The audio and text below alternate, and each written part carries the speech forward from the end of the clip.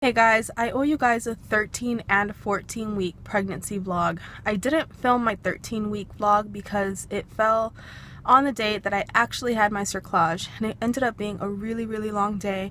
My cerclage was scheduled originally for 3 o'clock and it didn't end up happening to almost 7. So I didn't get home till after 10 and I was in a lot of pain and just kind of discomfort, and I just didn't want to deal with anything or anyone. The actual procedure itself was super fast.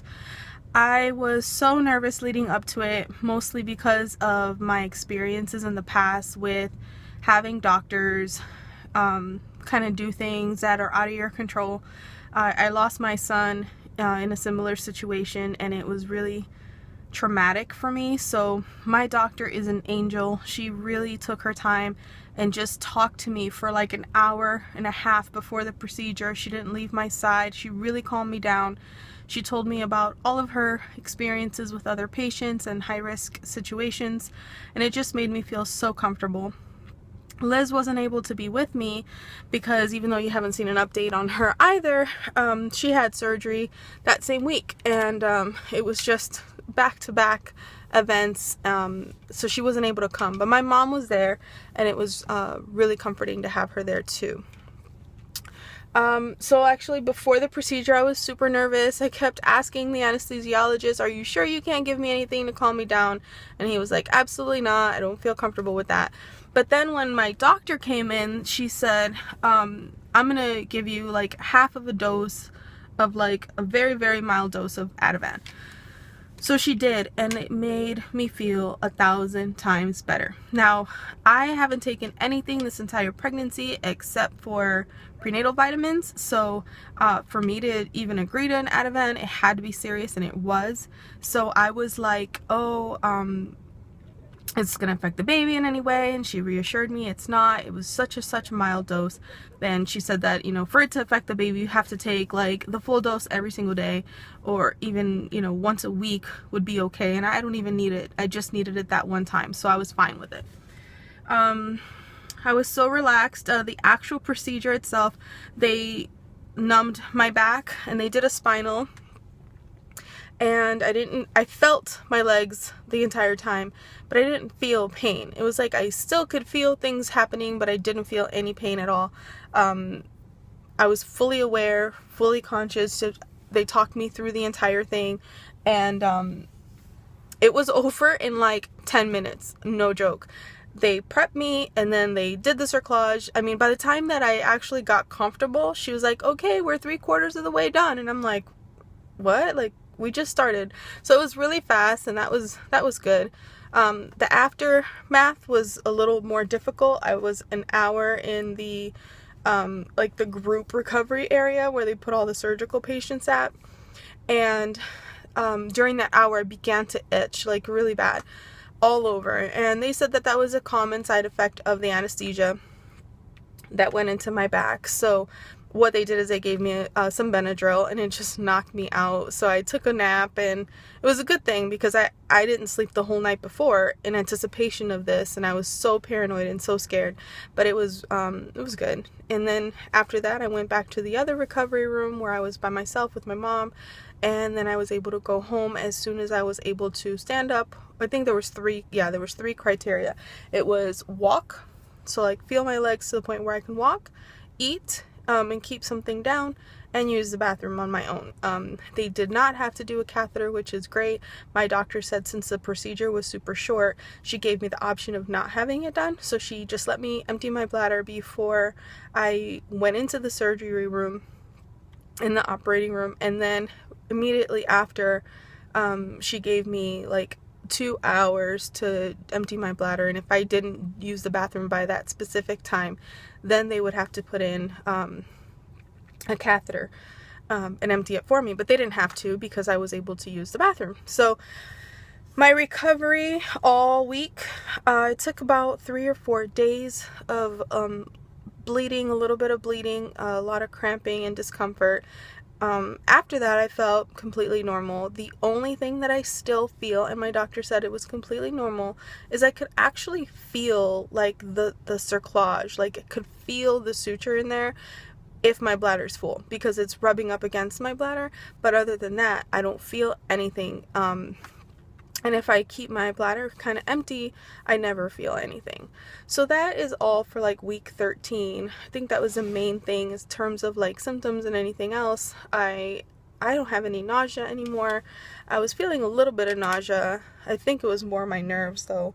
And I don't think I have anything else like in terms of symptoms. No cravings, nothing crazy like that. And then my week 14 update was this past Wednesday, so 2 days ago, and I didn't have a chance to film it because I've been in and out of the hospital with Liz. She's been in the hospital since last Friday, admitted, so it's been a full week. And so like after my appointments, I go straight there, and then I come back home, and then I go back and forth, so it's been super busy. And the reason I have some time now is because I just ordered some lunch. I'm gonna break from work. I ordered lunch, and then I'm gonna take it to the hospital and have lunch with her and stay there the rest of my work day.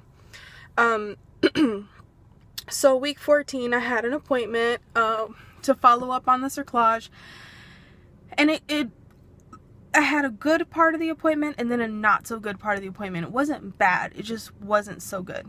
So the good part is all of the genetic testing came back absolutely normal. The baby is great. He got cut off. The baby is at low risk for any kind of genetic disorders, which is super great.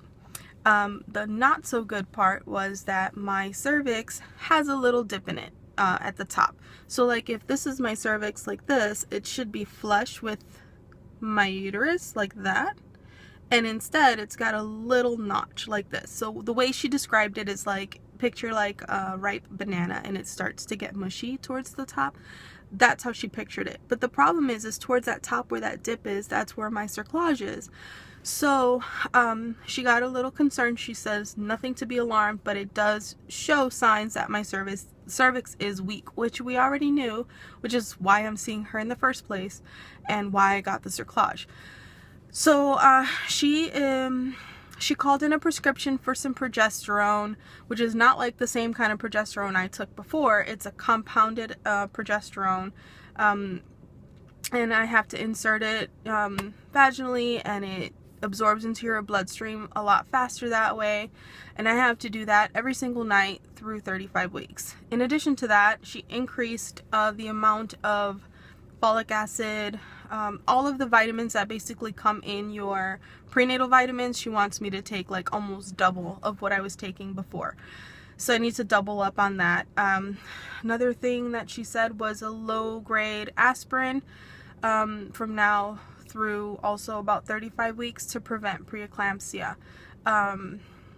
She's sending me over for a sleep study. She wants to make sure that, you know, I don't have like any kind of apnea or problems like breathing at night, because oxygen is critical to maintaining a healthy pregnancy.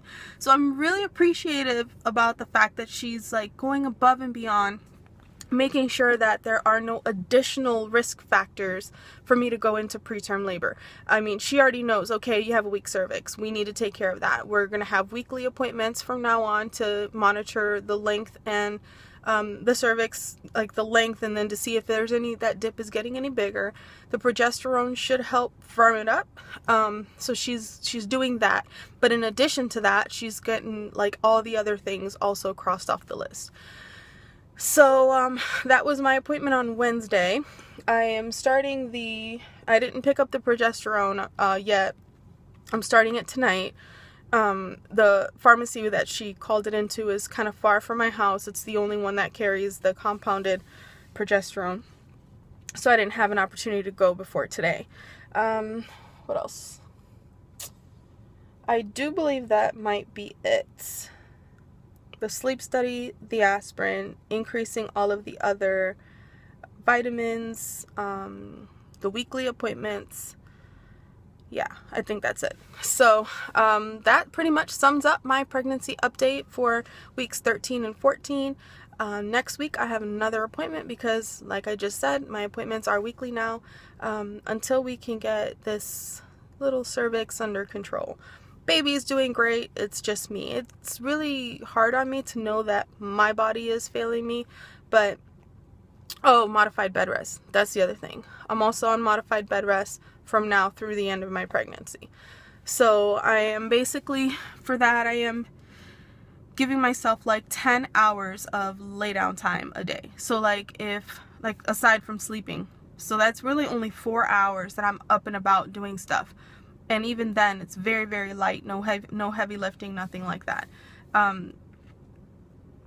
4 to 6 hours that I'm up around doing stuff. The rest of the time is in bed. I work from home, so it makes it easy. I have one of those kind of like hospital trays that slide up in your bed, like near your bed. I work from there. It's not a problem. I do that for the whole morning up until lunch. And then on my lunch break, I'm up and around doing stuff. You know, driving to Liz or whatever, and when I get to the hospital, there's a recliner with another one of those trays, and I have the same exact setup there if I work there the rest of the day. If I'm working from home, I just stay in the same position I've been in all day. In the morning, I usually get up by 5 or 6. I do whatever I need to do in the morning, like errands or whatever. I do that in the morning because I've already slept the entire night. So it's pretty good for me to have like that up and around kind of thing. And then in the evening when I get home, same thing. I run a couple errands or, you know, straighten up whatever I need to do, take care of the dogs, that kind of thing, and then go to bed. So I'm taking it super easy.